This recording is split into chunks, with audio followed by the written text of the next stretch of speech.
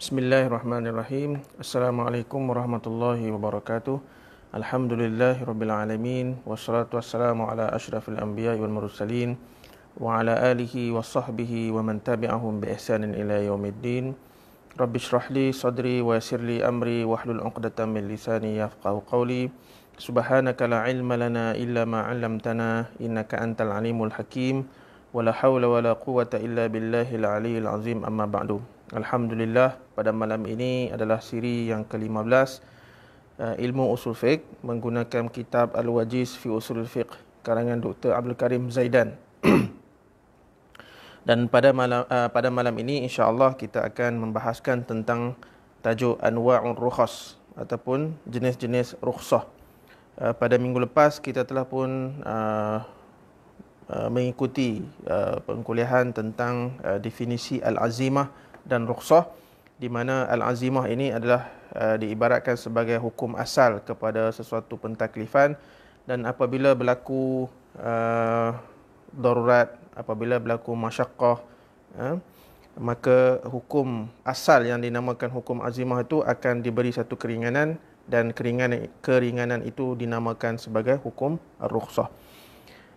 Pada malam ini tajuk Anwa'ur Rukhas ataupun jenis-jenis rukhsah dibahagikan kepada beberapa jenis. Yang pertama, ibahatul muharram 'inda darurah, iaitu diharuskan melakukan perkara yang diharamkan ketika keadaan darurat.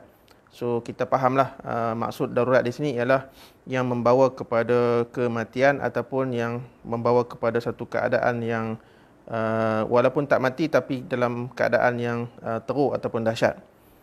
Okey, jadi yang pertama ini rukhsahnya ialah mengharuskan perbuatan yang haram ketika darurat. Contohnya seperti melafazkan kalimat kufur dalam keadaan hati masih mengesahkan Allah Subhanahu Wa Taala, kan?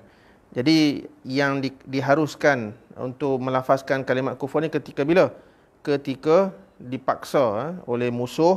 Contohnya kalau kita kena tangkap dengan musuh, dan mereka memaksa kita untuk melafazkan perkataan-perkataan syirik kepada Allah Subhanahu Wa Taala ataupun membuat perbuatan yang syirik, maka kita dalam keadaan takut untuk menyelamatkan nyawa, demi menyelamatkan nyawa, maka kita diharuskan untuk mengucapkan kalimat kufur itu dengan syarat bahawa hati kita masih tetap dengan iman. Ini berdasarkan firman Allah Subhanahu Wa Taala dalam surah An-Nahl ayat 106, di mana Allah berfirman, wa illa man ukriha wa qalbuhu mutmainnun bil iman, kan? Jadi sebenarnya kalau ikut hukum asal, hukum azimah, kita melafazkan lafaz-lafaz syirik ataupun kekufuran ni haram, hukumnya haram. Tetapi dalam keadaan darurat, contoh macam ayat ni, illa man ukriha, kecuali sesiapa yang dipaksa. Dan adalah syarat-syarat untuk pelaksanaan paksaan tu, dia ada syarat-syarat tertentu, kan? Kecuali mereka yang dipaksa sedangkan hati mereka mutmainnun bil iman, masih tetap dengan keimanan kepada Allah Subhanahu Wa Taala, maka ini dimaafkan. Jadi kalau saja-saja dalam keadaan kita tidak ditekan, kita tidak dipaksa, kan, kita saja-saja nak berlawak, nak bergurau dengan kawan-kawan untuk melafazkan kalimat kufur, itu adalah haram dan boleh membawa kepada kemurtadan. Tetapi kalau dalam keadaan darurat, iaitu kita dipaksa dan paksaan itu pula melibatkan nyawa ataupun kena potong tangan, kena potong anggota dan sebagainya, maka ia adalah harus, dan ini dinamakan hukum rukhsah. Contoh lain tentang kategori yang pertama ini, contoh lain ialah memakan bangkai ataupun minum arak untuk menjaga nyawa. Dan menjaga nyawa ini adalah perkara yang daruri, iaitu yang mesti kita kena jaga. Jadi syarak menghalalkan ataupun mengharuskan memakan bangkai ketika berlaku kelaparan yang bersangatan, sehingga dibimbangi bahawa akan menyebabkan kematian, kan? Begitu juga diharuskan minum arak ketika haus yang dahsyat, ataupun contoh macam kita nak menghilangkan lekat tulang, lekat makanan di kerongkong kita ni, ketika itu hanya ada arak sahaja contohnya, maka diharuskan demi untuk menyelamatkan nyawa kita. Baik, kalau ikut hukum asal ataupun hukum azimah, memakan bangkai ataupun minum arak, hukumnya adalah haram. Itu hukum asal dalam keadaan biasa. Tetapi dalam keadaan tertentu, keadaan darurat, maka makan bangkai ataupun minum arak ini diharuskan sekadar yang perlu sahaja. Dia tidaklah boleh sampai istilah sendawa ataupun sampai kenyang, terbungkang atas katil itu, kita kenyang telajak, itu tak boleh lah. Contoh lain ialah diharuskan untuk memusnahkan ataupun merosakkan harta orang lain apabila kita di bawah paksaan, di mana paksaan tersebut boleh menyebabkan kematian ataupun kerosakan ataupun hilang anggota. Contoh macam tadilah, penjahat itu ataupun musuh tangkap kita, dia kata kalau kita tak musnahkan harta fulan bin fulan, maka dia akan potong tangan kita. Jadi kita dalam ketakutan yang sangat, maka diharuskan untuk kita memusnahkan harta orang lain. Baik, itu yang pertama. Kategori ataupun contoh kedua bagi rukhsah ini ialah ibahatu tarkil wajib. Diharuskan untuk meninggalkan ibadat yang wajib. Contohnya, berbuka puasa ketika bulan Ramadan bagi orang musafir dan juga orang yang sakit. Kerana apa? Untuk menolak kesukaran yang berlaku kepada orang musafir ataupun orang sakit. Jadi kalau ikut hukum azimah, hukum asal, berpuasa pada bulan Ramadan itu adalah wajib. Tetapi kalau kita musafir ataupun kita sakit contohnya, maka dua keadaan ini adalah kita panggil rukhsah, satu keringanan yang mengharuskan ataupun membolehkan kita untuk berbuka puasa demi untuk menolak kesukaran daripada diri kita. Contoh lain ialah diharuskan untuk meninggalkan amar ma'ruf dan nahi mungkar kalau kita berhadapan dengan pemerintah ataupun kerajaan yang begitu zalim. Okey. Contohnya kalau kita berada di negara-negara komunis. Dan so maklum sajalah kalau negara komunis ni apa sahaja agama terutama Islam ni memang tidak dibenarkan untuk diamalkan. Apatah lagi kalau setakat ibadat pun tidak dibenarkan, apatah lagi amar ma'ruf dan nahi mungkar. Okey. Jadi kalau kita rasa bahawa perbuatan untuk kita melakukan amar ma'ruf dan nahi mungkar itu boleh membahayakan nyawa kita, maka ketika itu diharuskan untuk kita tidak melakukan dakwah amar ma'ruf dan nahi mungkar. Tapi dalam konteks kita di Malaysia ni tidaklah sampai kerajaan tidak membenarkan. Bahkan kita adalah kerajaan sebuah negara Islam di mana amar ma'ruf dan nahi mungkar itu sebenarnya masih ada ruang yang banyak untuk dilaksanakan, walaupun tidak sepenuhnya kita boleh laksanakan 100%, tetapi masih ada ruang. Baik. Yang ketiga, kategori ketiga iaitu tashih ba'dil uqud allati yahtajuha an-nas. Membenarkan ataupun mengharuskan sebahagian akad kontrak yang diperlukan oleh masyarakat, kan? Walaupun transaksi ataupun urusan muamalat asalnya benda tu tak boleh, kan? Sebab dia menyalahi kaedah. Contoh apa? Contoh macam bai'us salam, jual beli tempah, kan? Di mana syarak mengharuskan kontrak ataupun akad jual beli tempahan ini berdasarkan keperluan oleh masyarakat dan realiti semasa. Ya. Sedangkan kalau nak ikut hukum asal dalam beli tempahan itu, dia adalah jual beli benda yang tiada ketika akad itu dijalankan. Ya. Ataupun dalam istilah bahasa Arab dipanggil bai'ul ma'dum. Kan, jual benda yang tak ada pada majlis akad. Itu hukum asal tak boleh.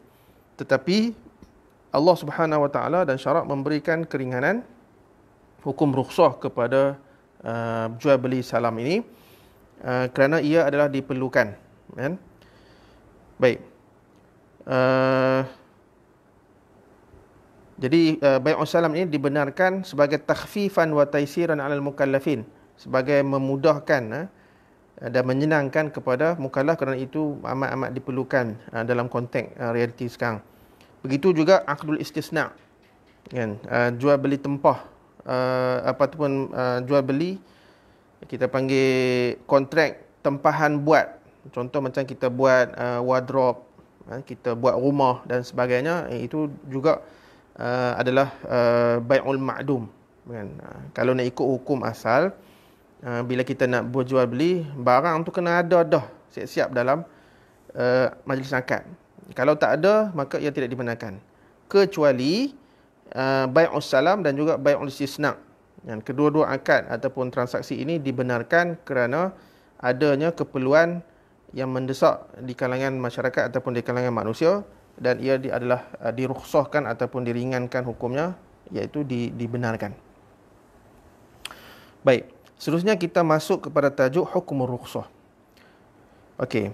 Hukum rukhsah pada asalnya adalah harus, di mana ia memindahkan hukum asal kepada satu bentuk pilihan antara kita nak buat benda tu ataupun nak tinggalkan, ataupun maksudnya nak buat rukhsah tu ataupun tak nak buat.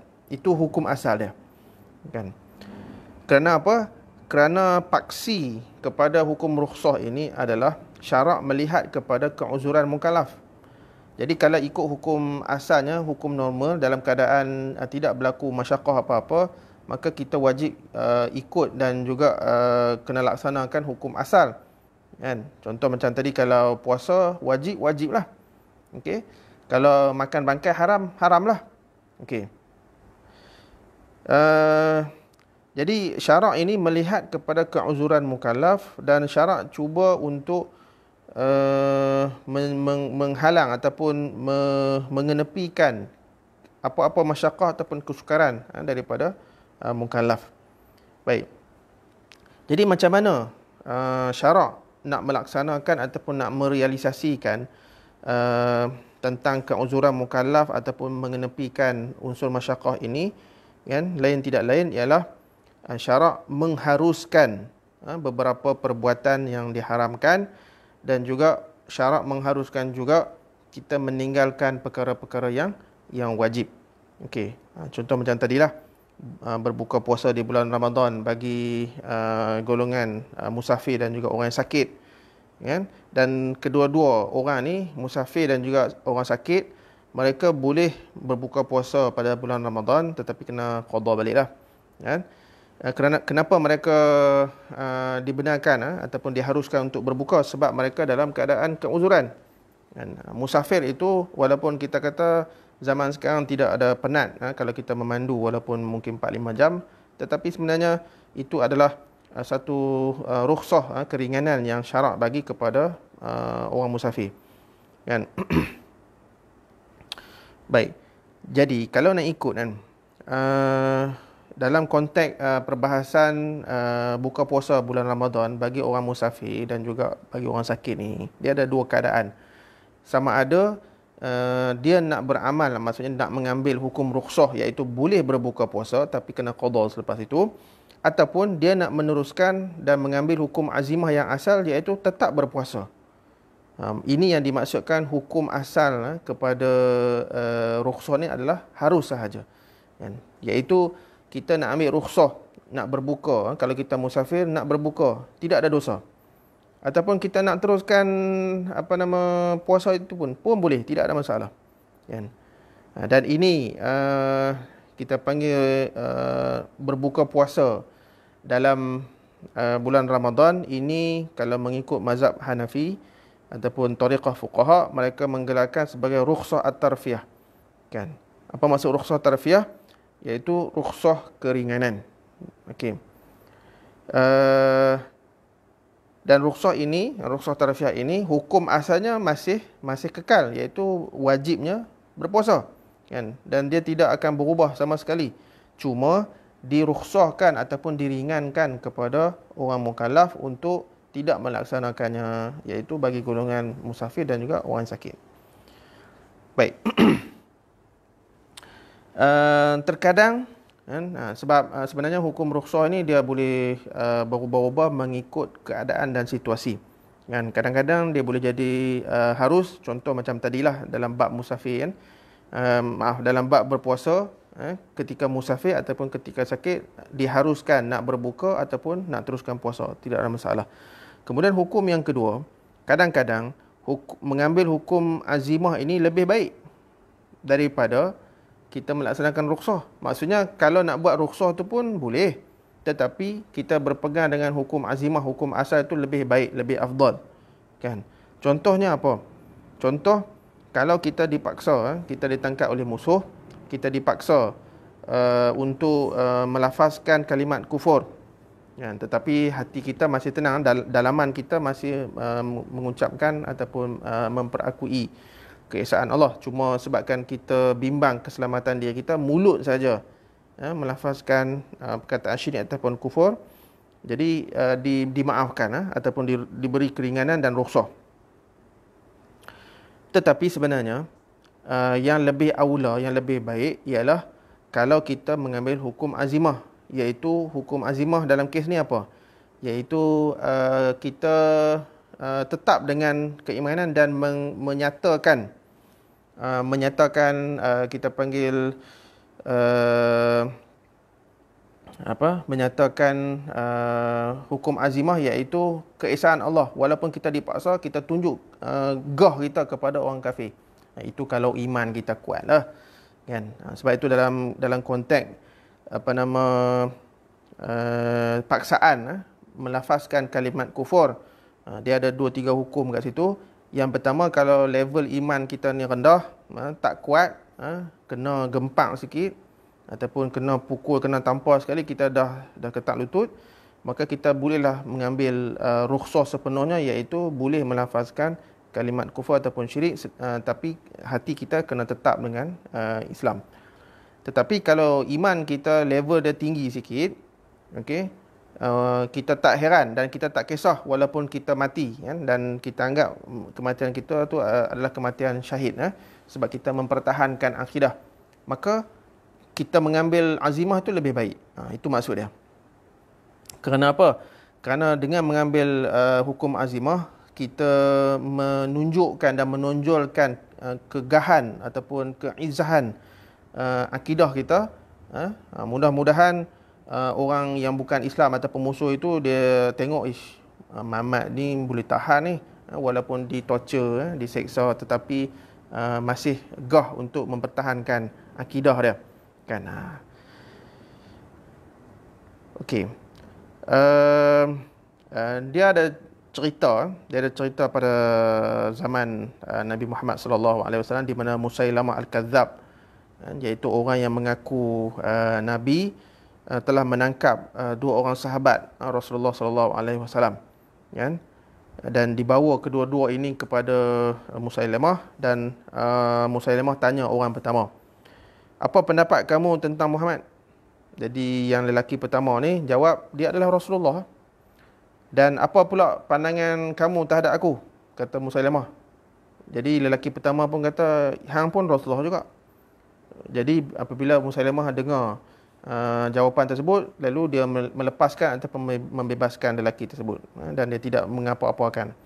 Kemudian dia ambil orang kedua, dia tanya benda yang sama, "Apa pandangan kamu terhadap Muhammad?" Lalu lelaki tersebut jawab, "Dia adalah Rasulullah." Muhammad itu adalah Rasulullah. Lepas tu Musailamah tanya lagi, "Apa pandangan kamu terhadap aku?" Lalu lelaki kedua ini, sahabat Rasulullah yang kedua ini, dia kata, "Ana asam la asma'." Aku pekak, aku tak dengar apa-apa soalan pun. Lalu Musailamah mengulangi 3 kali persoalan tersebut. Dia jawab benda yang sama, maka Musailamah pun membunuh lelaki kedua. Dan apabila cerita itu sampai kepada Nabi Muhammad sallallahu alaihi wasallam, Rasulullah mengatakan, adapun lelaki yang pertama itu, maka beliau telah mengambil hukum rukhsah yang Allah berikan. Jadi makna kata dia tidak tak berdosa, sebab tahap keimanan itu lemah, kan. Adapun orang ataupun lelaki yang kedua itu, maka beliau mempertahankan kebenaran, maka tahniahlah dia akan mendapat syurga. Maksudnya Rasulullah tidak blame, tidak menyalahkan mana-mana lelaki, sama ada yang ambil rukhsah, kan, apatah lagi yang mengambil jalan atau hukum azimah itu, kan. Rasulullah mengucapkan tahniah sebab beliau syahid, dan insya-Allah akan digunakan syurga. Begitu juga contoh Ammar bin Yasir ketika diazab oleh kaum Quraisy.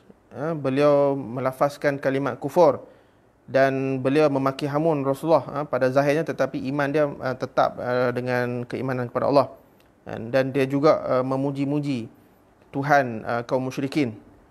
Kerana apa? Kerana ditekan dan diseksa oleh kaum Quraisy.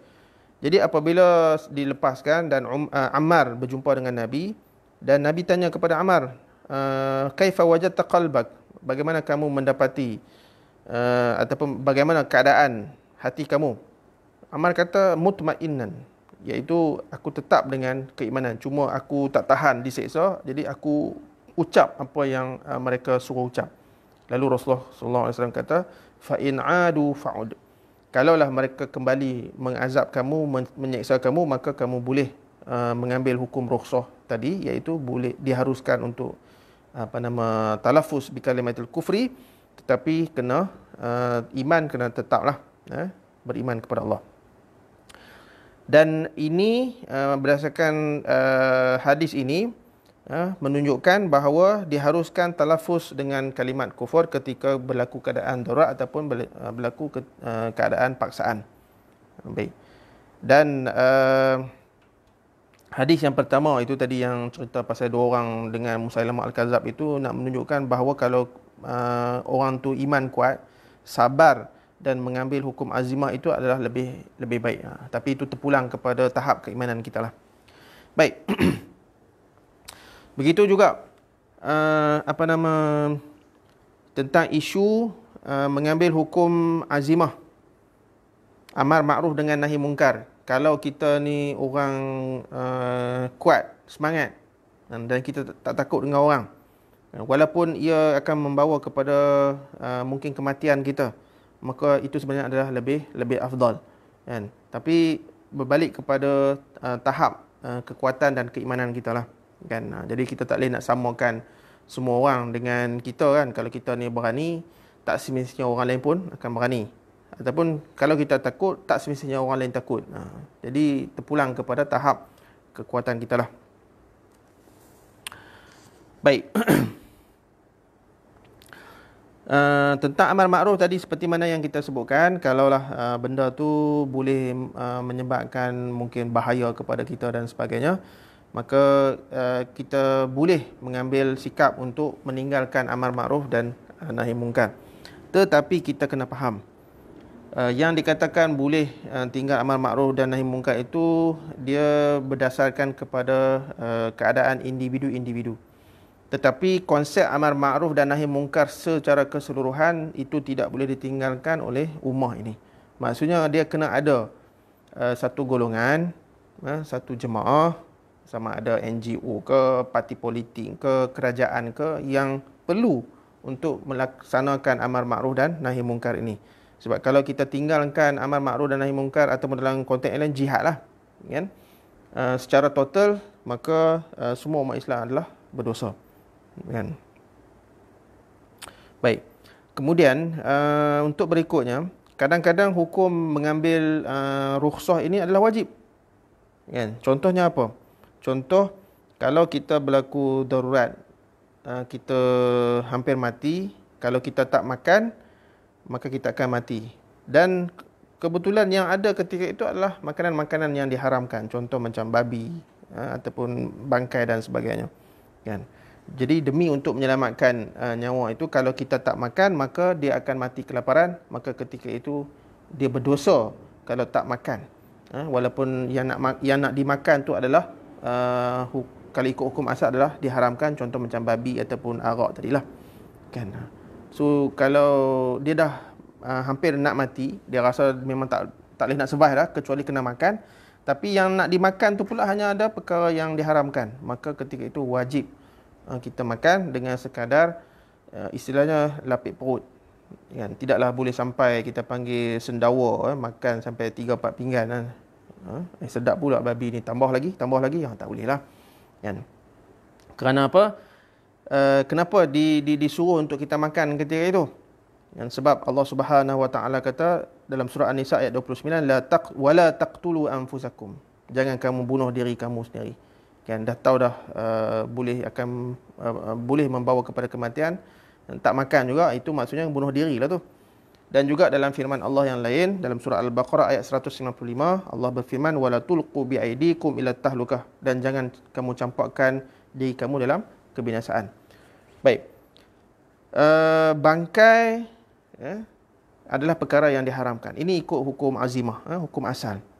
Sama seperti arak. Arak hukum asal dia, hukum azimahnya adalah diharamkan. Kerana apa? Kerana bangkai dan juga arak ini diharamkan kerana terdapat benda yang mafsadah dalam kedua-duanya itu. Tetapi kalaulah benda itu boleh menyelamatkan nyawa dan makanan yang halal lain tidak ada, maka ketika itu mengambil bangkai, maksudnya memakan bangkai ataupun meminum arak ketika darurat nak mati itu adalah hukumnya wajib, kan? Kerana bukan hak manusia untuk membinasakan diri dia sendiri, kan? Sebab nyawa ni adalah milik Allah Subhanahu Wa Taala. Jadi selagi mana kita boleh berusaha untuk menyelamatkan nyawa kita, maka adalah wajib untuk kita menyelamatkan nyawa, walaupun pada keadaan darurat itu kita terpaksa makan benda yang haram, kan? Baik. Dan kalau ikut contoh ini, kan, kalau ulama Hanafiah menamakan rukhsah isqat, kan, rukhsah isqat ini iaitu menggugurkan hukum asal, dan kita mengambil hukum yang diringankan iaitu hukum rukhsah. Jadi itu sahajalah pada malam ini berkenaan dengan tajuk anwa'ur rukhas ataupun jenis-jenis rukhsah dan juga hukum hakam dia. Dan ada satu soalan berkenaan dengan seorang yang bermusafir dan dia qasar tanpa jamak. Okey. Jadi menjawab soalan ini sebenarnya terpulang kepada kita seperti yang mana kita sebut tadi, kan. Bab jamak qasar ini, jamak qasar juga adalah termasuk dalam jenis-jenis rukhsah yang ada. Jadi kalau seorang tu musafir yang lebih daripada 2 marhalah, maka dia nak melakukan jamak dan qasar, ataupun dia nak melakukan jamak sahaja, ataupun dia nak melakukan qasar sahaja, maka ia terpulang kepada individu tersebut, kan. Kalau dia rasa nak ikut hukum azimah, maksudnya dia tak nak jamak dan tak nak qasar, pun terpulang kepada individu tersebut. Dan cuma dalam bab jamak dan qasar ini, kan, Rasulullah ada sebutkan sadaqatun tasaddaqallahu biha faqbalu sadaqatahu. Ini adalah sedekah daripada Allah, maksudnya hukum yang diringankan, yang anugerah diberikan oleh Allah Subhanahu Wa Taala, maka terimalah sedekah Allah Subhanahu Wa Taala itu. Walaupun ini adalah fi'il amar, tetapi sebenarnya fi'il amar ini memberi kita panggil boleh ditafsirkan sebagai hukum yang harus, sama ada kita nak melaksanakan jamak dan qasar, ataupun nak melakukan jamak saja, ataupun nak melakukan qasar saja, ataupun tidak mahu jamak dan qasar, maksudnya nak sembahyang tamam mengikut waktunya tersendiri, pun tidak ada masalah. Jadi harap dapat menjawab soalan, dan insya-Allah kita akan berjumpa lagi pada kuliah yang akan datang. Okey, ada lagi soalan. Sempat ada satu soalan, saya confuse. Ilah jamak solat itu adalah masyaqqah ataupun musafir? Ilah jamak solat adalah masyaqqah ataupun musafir? Baik.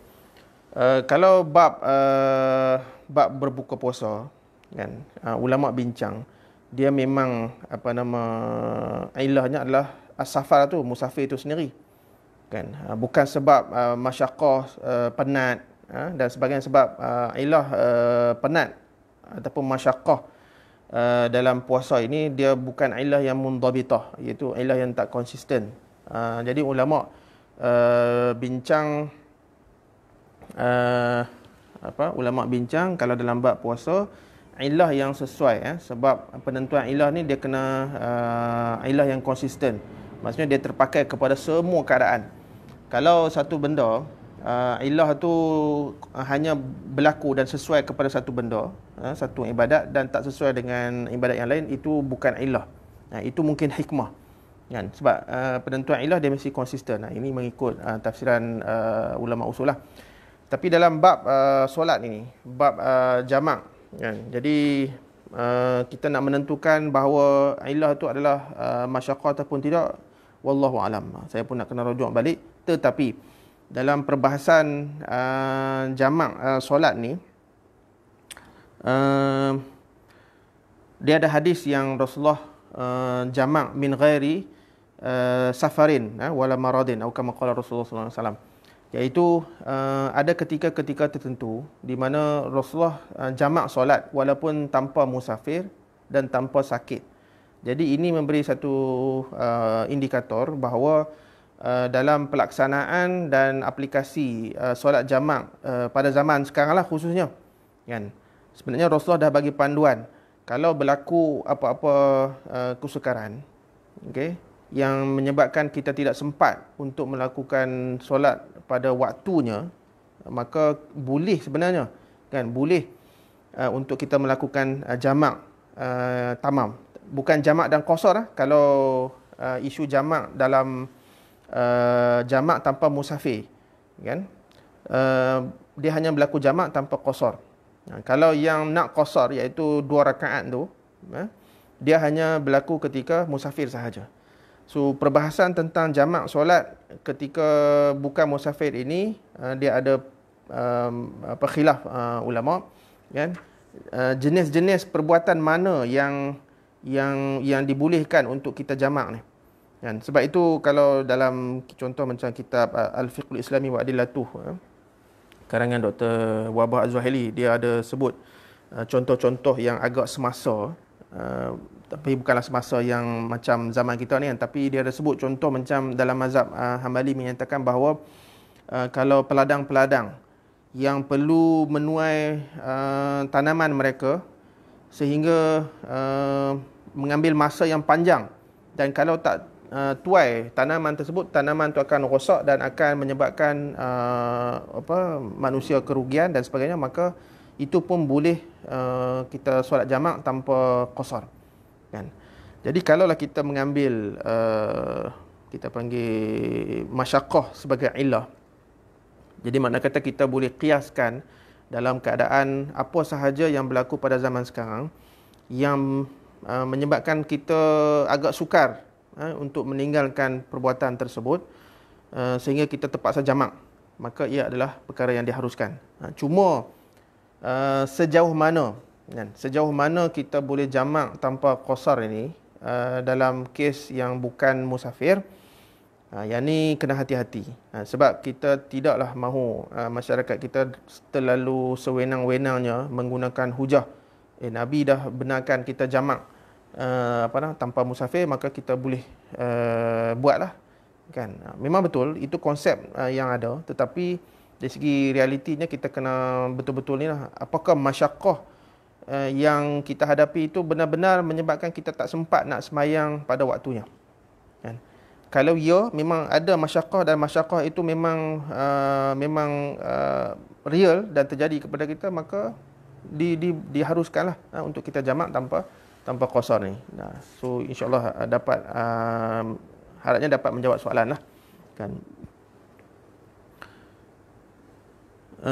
Okey, bab soalan yang berikutnya ni, adakah kenapa Imam Syafi'i tidak membenarkan jamak ketika sakit? Adakah disebab ilahnya adalah musafir dan bukan masyaqqah? Itu yang tadi kita katakan bahawa dalam perbincangan ataupun khilaf berkenaan dengan jamak tanpa musafir ini memang ada perbahasannya kan. Seingat saya memang mazhab Syafi'i dia agak strict dalam membenarkan jamak tanpa musafir ni kan. Yang dibenarkan antaranya sebab sakit, kemudian hujan lebat kan. Adapun selain daripada itu, seingat saya dalam mazhab Syafi'i tidak membenarkan. Jadi dia perlu yang selain daripada sakit dan hujan lebat itu tidak dibenarkan. Ada tak jamak kerana sibuk? Okey, yang ni yang tadi kita katakan bahawa tahap mana sibuk kita tu. Kalau ikut perbahasan yang Dr. Wahbah Az-Zuhaili sebut dalam Al-Fiqhul Islami wa Adillatuh berkenaan dengan sibuk tu, Kan kalaulah peladang tadi kan dia sibuk untuk menuai tanaman dia tu, itu sibuklah tu kan. Tapi kesibukannya itu kan dia ada kaitan, kalau tak tuai makanan tersebut, makanan tu akan rosak. Bila makanan rosak, dia akan menyebabkan orang tidak ada makanan dan akan menjejaskan kehidupan mereka. Ya, nah, sebab itu tahap kesibukan peladang itu adalah tahap yang boleh diterima. Tetapi kalau macam kita lah kan, kita duk kerja, kita kata sibuk kan. Jadi sibuk terang mana sangat sampai kita tidak boleh meninggalkan kerja kita. Contoh macam kita nak kena buat laporan kan. Kalau laporan kita tu tak boleh disiapkan, adakah kehidupan kita akan teruk, musnah, rosak dan sebagainya. Yang tu kita kena ni lah. Dan tidak pula kita katakan bahawa sibuk kita tu sampai maksudnya kita nak buat jamak kerana sibuk. Adakah diharamkan secara total ataupun dibuka secara total? Itu yang kita perlu penentuan yang realistik, kan? Jadi nak kata boleh secara total pun tak boleh secara total pun tidak. Bergantung kepada tahap kesibukan yang kita hadapi tersebut. Kalau sehingga menyebabkan mungkin melibatkan nyawa orang ataupun kehidupan kita mungkin akan teruk dan sebagainya, maka dibolehkan jamak kan. Jadi kena hati-hatilah, sebab kita nak buka secara meluas pun susah, nak tutup strict sangat pun susah, sebab kita tidak berhadapan dan kita tidak hidup dalam suasana kerja yang sebegitu kan. Jadi kita kalau ada persoalan-persoalan begini kan, cuba bentangkan faktor tu. Kesibukan jenis mana? Kalau kita dapati bahawa kesibukan itu memang boleh menyebabkan kehidupan individu tersebut ataupun orang yang berada di sekitarnya akan menjadi teruk dan dahsyat, maka itu dibenarkan untuk jamak walaupun tanpa musafir. Kan? Kalau kesibukan itu masih boleh lagi ada ruang untuk solat, maka kita carilah ruang untuk kita solat dalam waktunya kan. So insya-Allah mudah-mudahan jawapan itu dapat menjawab soalan tuan-tuan dan puan-puan, dan insya-Allah kita sambung lagi kuliah kita pada minggu hadapan. Apa yang baik itu datang daripada Allah Subhanahu wa taala, apa yang kurang datangnya daripada diri saya. Aqulu qouli hadza wa astaghfirullahal azim li wa lakum. Wassalamualaikum warahmatullahi wabarakatuh.